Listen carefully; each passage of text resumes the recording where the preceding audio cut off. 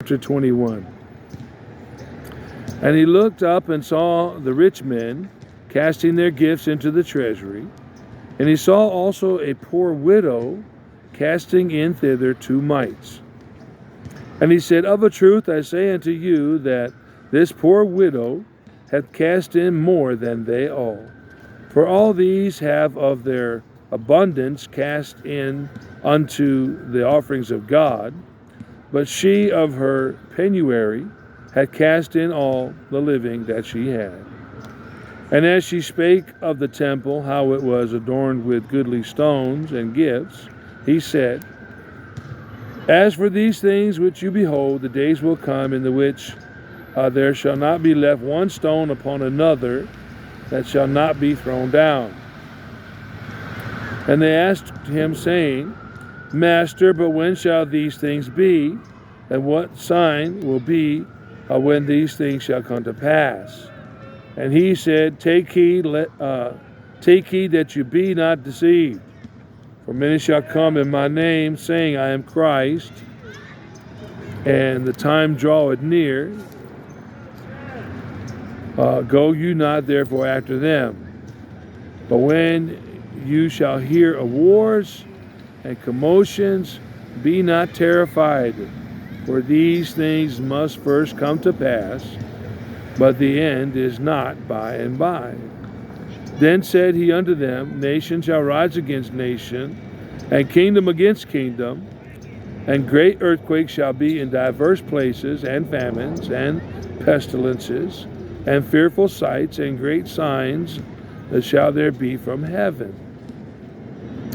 But before all these they shall lay their hands on you, and persecute you, delivering you up to the synagogues and into prisons, being brought before kings and rulers for my name's sake. And it shall turn to you for a testimony. Settle it therefore in your hearts not to meditate before what you shall answer, for I will give you a mouth and wisdom, which all your adversaries shall not be able to gainsay nor resist. And you shall be betrayed both by parents and brethren and kinsfolk and friends, and some of you shall they cause to be put to death. And you shall be hated of all men for my name's sake.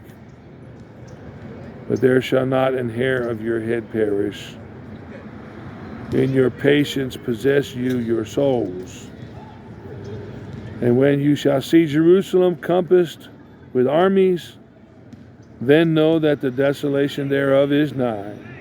Then let them which are in Judea flee to the mountains, and let them which are in the midst of it depart out, and let not them that are in the countries enter therein into.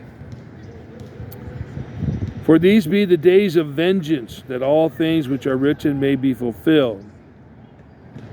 But woe unto them that are with child, and to them that give suck in those days, where there shall be great distress in the land, and wrath upon this people. And they shall fall by the edge of the sword, and shall be led away captive into all nations, and Jerusalem shall be trodden down of the Gentiles, until the times of the Gentiles be fulfilled. And there shall be signs in the sun, and in the moon, and in the stars, and upon the earth distress of nations with perplexity, the sea and the waves roaring, men's hearts failing them for fear, and for looking after those things which are coming on the earth, for the powers of heaven shall be shaken. And then shall they see the Son of Man coming in a cloud with power and great glory. And when these things begin to come to pass, then look up, and lift up your heads, for your redemption draweth nigh. And he spake to them a parable. Behold the fig tree and all the trees.